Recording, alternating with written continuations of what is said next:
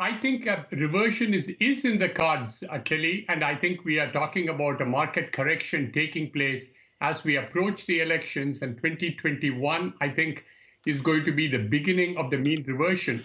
Bob spoke about how we have had a decade-long underperformance of value, but during the 2000s, we had a good performance. So these days, the reversion to the mean is taking place much longer than otherwise expected, but I think it is coming from next year onward. So where do you see the market, where do you see the stock market, and where do you see the bond market next year, this time next year?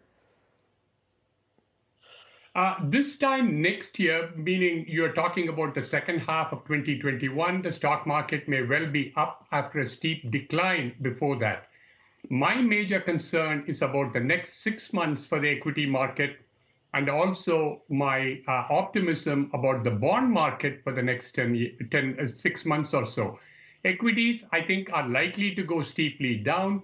As far as Treasury yields are concerned, we saw a rally earlier today, some of which was reversed in the last few minutes. But my expectation is that the 10-year will go below the 70 basis point mark permanently, and then below the 60 basis point mark by the election time. In the case of the 30-year, wow, I think the expectation is for it to go below 140. So what would your advice be to investors in the meantime?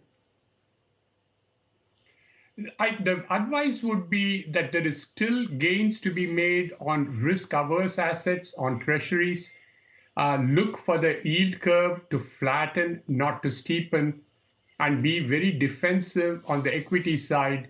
Even though value has underperformed growth, go more into value, assuming you have a 2 to 5 year time horizon in front of you. Those would be some of the points. And then again, we have seen a rally in German bunds. Gold price being above 1900, I would look for the gold price to be over 2000. All of these are risk-free plays, which I think will do well. Shepard Smith here. Thanks for watching CNBC on YouTube.